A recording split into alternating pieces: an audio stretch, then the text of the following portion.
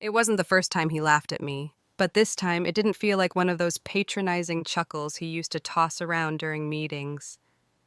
This time, it felt personal, sharp, designed to humiliate. We were in the middle of a budget review when I brought it up, calmly, professionally, after rehearsing it in my head a dozen times. "I'd like to revisit the conversation about my compensation," I said. "It's been a while, and given the scope of what I handle now, I believe—" That's when he cut me off. "Wait, you think I'm going to give you a raise?"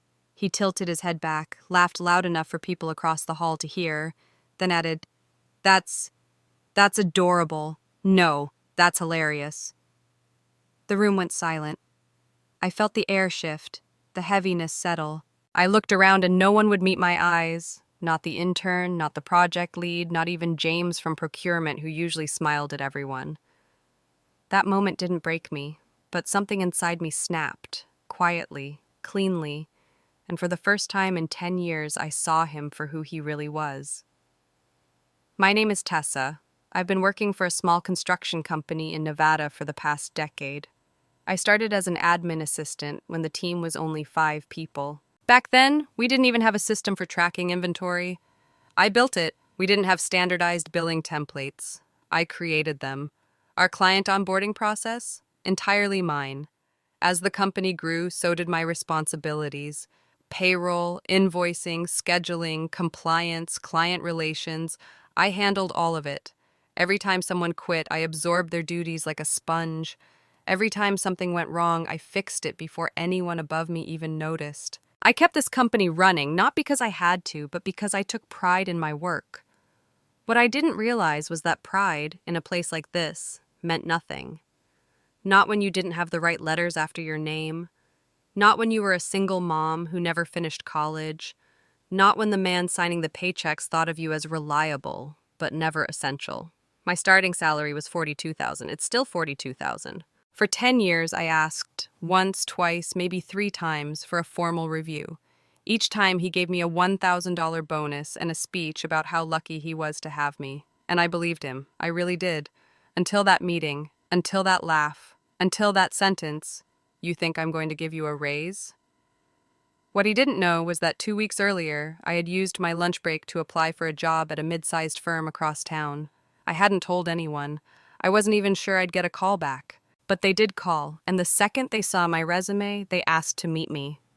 That process had already begun. My mind had already started to shift.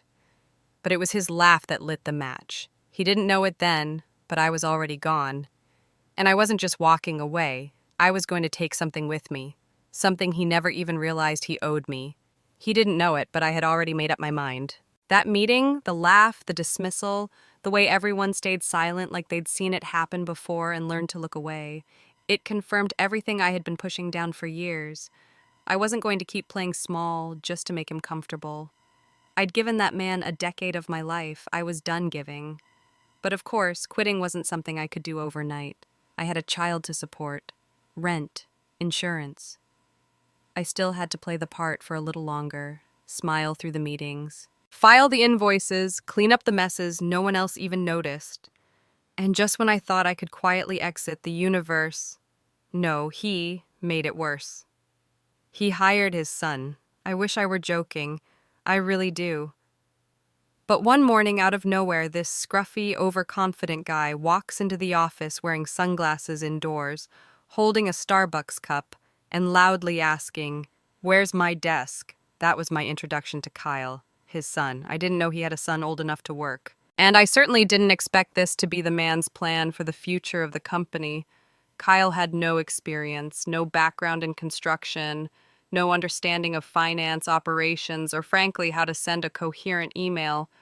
But apparently, he had potential. That's what his father kept saying. He just needs some structure, someone to guide him. And guess who was given the job of being that guide? That's right, me. No conversation, no consent. Just a passing line in the hallway. "Hey, Tessa, Kyle's gonna shadow you for a while. Show him the ropes, yeah? You're good at that kind of thing." I bit my tongue so hard I tasted blood. That week, Kyle misfiled 3 major purchase orders, sent a quote to the wrong client, and accidentally wiped out an entire folder of project estimates. I spent late nights restoring data, calling vendors, and apologizing to confused customers, while he watched YouTube videos on his phone and joked that the admin stuff is women's work anyway. I reported everything, every mistake, every missed deadline, every inappropriate comment, but nothing changed. Because he wasn't just a bad hire, he was family. What stung the most wasn't Kyle's incompetence. It was what I learned later. He had been brought in with a $70,000 starting salary. $70,000. And here I was, making $42K, cleaning up after him, training him, and watching him fail upward in real time. I remember sitting in my car that night, hands on the steering wheel, shaking. Not from rage, but from the sheer humiliation. All the loyalty I had shown, all the nights I worked late, the holidays I skipped, the crises I solved. And this was how little I was worth. He didn't even respect me enough to pretend anymore. The next morning, I updated my resume, properly. I documented everything I had built for that company. The systems, the templates, the workflows, the vendor relationships. I gathered samples, pulled performance reports, and rewrote my cover letter with a tone I'd never dared to use before, confident, clear, and unapologetic. He wanted to play favorites, fine. But I had just remembered that I wasn't someone to overlook, and I sure as hell wasn't going to be someone to underestimate. I walked into Monday morning already knowing I wouldn't be here much longer. But nothing prepares you for how fast people will test your limits once they think they've broken you. The first thing I noticed was that my desk had been moved. Not just rearranged, moved. It had been pushed to the back of the office, next to the storage shelves and under the only flickering ceiling light in the building. Ryan was now fully set up in my old space. 2 monitors, new chair, fresh nameplate. When I asked the office manager what had happened, she gave me a look I'll never forget. Something between sympathy and fear, and said, "Kellen wanted Ryan closer to the front. He says it's about visibility." Visibility. That word sat in my chest like a brick. By lunch, I'd received an email from Kellen. The subject line read, "New roles for Q2." It wasn't addressed to me alone. It went out to the full operations team. In it, Kellen outlined a new division of responsibilities. Ryan would now oversee all financial processing, while I would assist as needed. I read that line 3 times just to make sure I wasn't hallucinating. Oversee. He couldn't even spell invoice correctly last week. There was no conversation, no warning, no meeting. Just a mass email quietly demoting me after 10 years of loyalty. I sat still for a long time after that, watching as Ryan strutted around the office like he owned the place. He stopped by my new desk, leaned on the edge, and whispered, "No hard feelings, right, T?" Like we were in on some private joke together. I stared at him, blank. I didn't respond. I didn't need to. Because at that moment, something else happened. My phone buzzed. A notification from the company I'd interviewed with. They wanted to move forward with an offer. Not just a callback, an actual offer. And not just better pay, but double my current salary. Full health care, PTO, a 401k, remote flexibility. Everything I had never dared ask for here. I looked up at Ryan, I looked down at my phone, and I smiled. I didn't answer the email right away. Not yet. First, I needed to tie up loose ends. Not for them, for me. That week, I started taking inventory of everything I'd built for this company, all the systems, all the contracts, all the templates, forms, password databases, automated workflows, client tracking sheets, everything. And one thing became painfully clear. Almost every tool the company relied on had been built and maintained under my personal accounts. Not intentionally. I had just used what I had access to over the years. No one ever gave me a company laptop. No one set up shared platforms. I created it all out of necessity. The entire digital infrastructure of the company lived in my cloud drive, my Trello, my Google Workspace, my Zapier integrations. My email address was the admin for every internal tool we used. And suddenly, I wasn't just the backbone of this place. I was the skeleton, the nerves, the bloodstream. That Friday, during the weekly check-in meeting, Kellen made another announcement. Ryan will be heading up the new initiative for client engagement, he said, nodding at him like he was royalty. Tessa will support him where needed. Support, like I was a temp. Then Kellen looked at me, right at me, and said with a straight face, "You've been great, Tessa, but it's time to let the next generation take the wheel." I looked back at him. I didn't blink. And I said, "That's fair. Just make sure he knows where the wheel is and what it does." A few people laughed. Ryan didn't. By the time I left that night, I had backed up every single piece of infrastructure I owned. I archived contracts, saved client conversations, reviewed access logs. I wasn't planning to delete anything, not yet, but I wanted to be sure that when I left, I took my work with me. I went home, poured myself a glass of wine, and accepted the offer. Monday would be different. But first, I wanted to see just how far Kellen would push me before I pushed back, and I had a feeling he was just getting started. By Monday morning, I had made my decision. I wasn't going to beg, plead, or explain. I had already accepted the offer from the new company. My start date was 2 weeks out, which meant I had just enough time to disappear from this place without leaving a single piece of myself behind. But first, I had to watch the ship start to sink, slowly, then all at once. The day started the way it always did. Kellen barking half-formed orders down the hall, Ryan pretending to be busier than he was, and the rest of the office walking on eggshells. I sat at my new desk in the corner, silently observing the chaos. I didn't intervene when someone emailed the wrong invoice to a client. I didn't fix the calendar sync when meetings started overlapping. I didn't send reminders for contract renewals. They didn't even realize how many fires I'd been putting out until I stopped doing it. That morning, Kellen forwarded me an email from a longtime client with the subject line, "Urgent." It was about a budget discrepancy and a proposal Ryan had sent. I opened it and found the numbers completely off, by tens of thousands. I knew exactly what happened.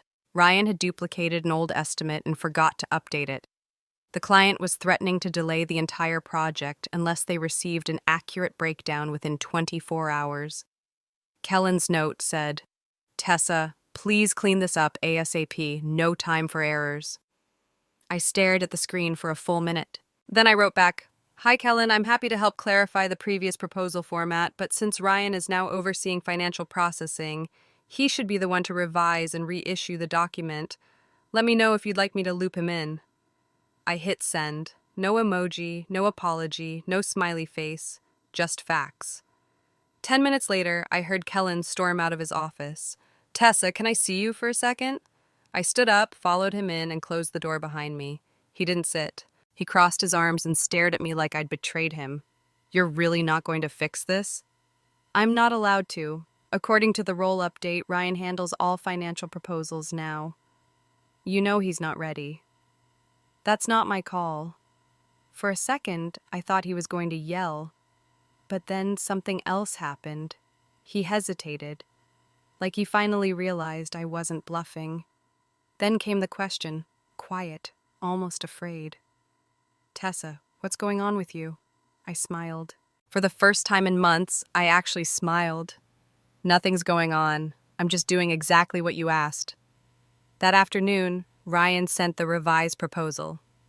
It was still wrong. The client pulled out. Kellen sent a frantic email blaming internal miscommunication, but the damage was done. Meanwhile, I started removing myself from internal systems one by one. I backed up client templates, disabled auto-renewals, redirected my shared drives, and deleted old draft files that were never meant to be used again. It wasn't sabotage, it was self-respect. I had built every piece of this company's operational foundation out of thin air, and now I was quietly reclaiming it. Not to punish anyone, not even out of spite, but because it was mine. And I had learned something important in all this. When people think you'll never leave, they stop treating you like someone worth keeping.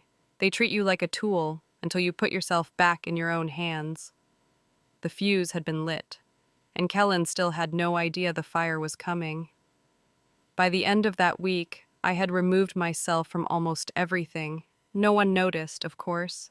That's the thing about invisible labor. It only becomes visible once it's gone. The schedules were slipping. Client communications were delayed, the financial dashboards were out of sync. But Kellen still hadn't put it together. He was too busy playing puppet master, pulling strings that were no longer connected to anything. And that's when I knew it was time. Friday morning, I printed out my resignation letter, 2 copies, signed, dated. I brought it in a simple folder, tucked into my bag like it was just another piece of paperwork. I didn't feel nervous. I didn't feel scared. What I felt was something much quieter and much more powerful, clarity.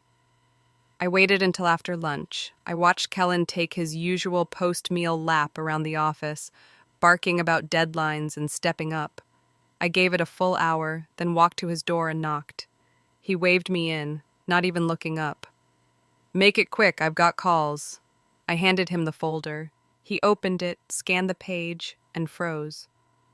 "What is this?" he asked, even though he already knew. "I'm resigning," I said. "Effective 2 weeks from today." Silence. Then the inevitable scoff. "You're not serious." "I am." He stood up, slapped the folder shut. "Is this because of Ryan? We can fix that. I'll talk to him. You'll go back to your old desk. You want a new title? Done. You want more money? Let's talk numbers." I didn't move. He narrowed his eyes. "How much is this new place offering you?" "Enough," I said. He stepped around the desk, voice low now. "I'll match it. Hell, I'll beat it." "You're worth more to me than to them, Tessa. You've always been the one holding this place together. I know that." I almost laughed. Almost.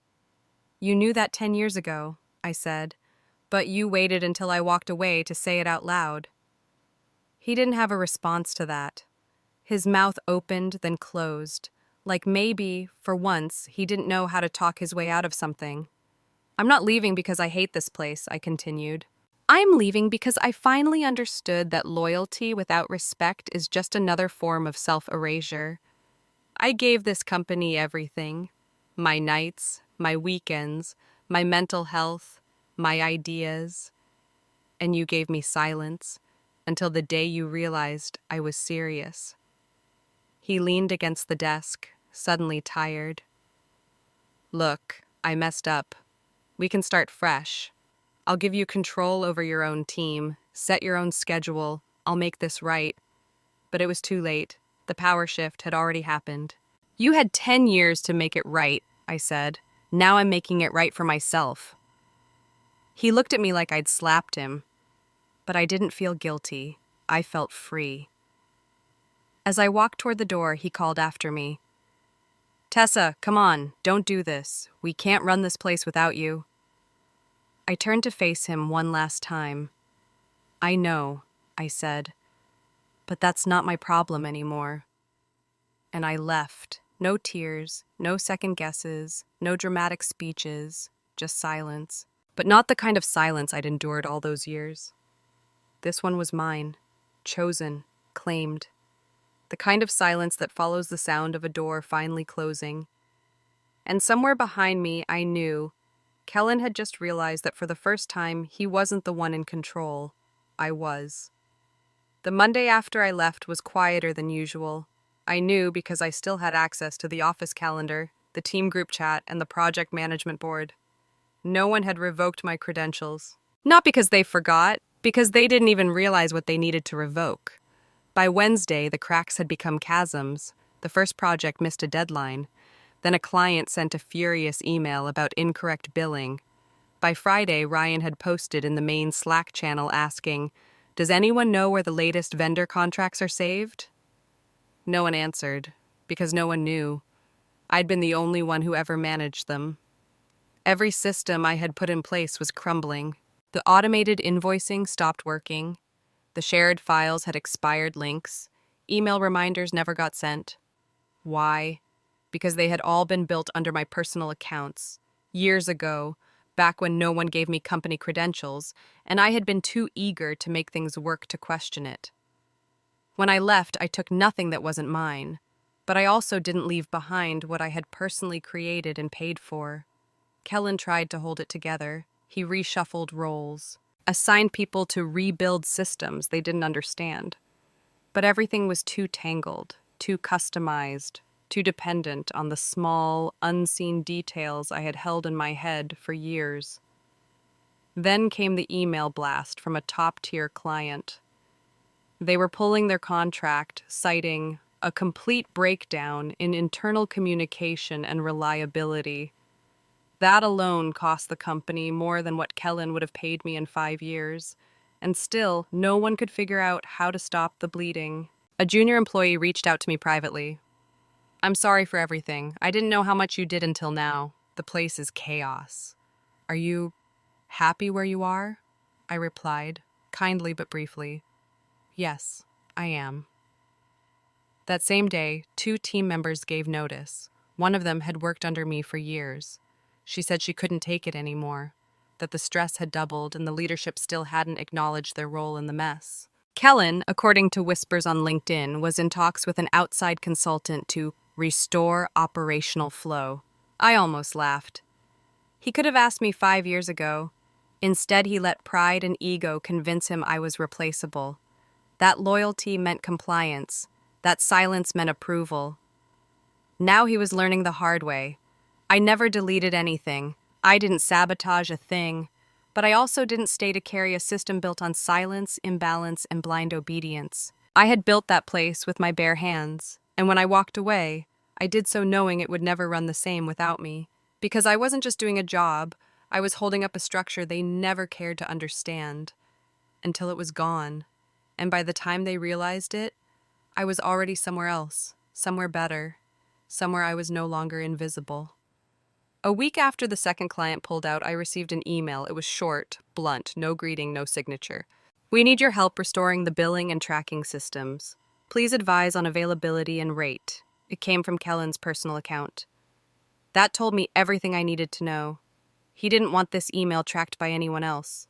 He was desperate. I didn't respond.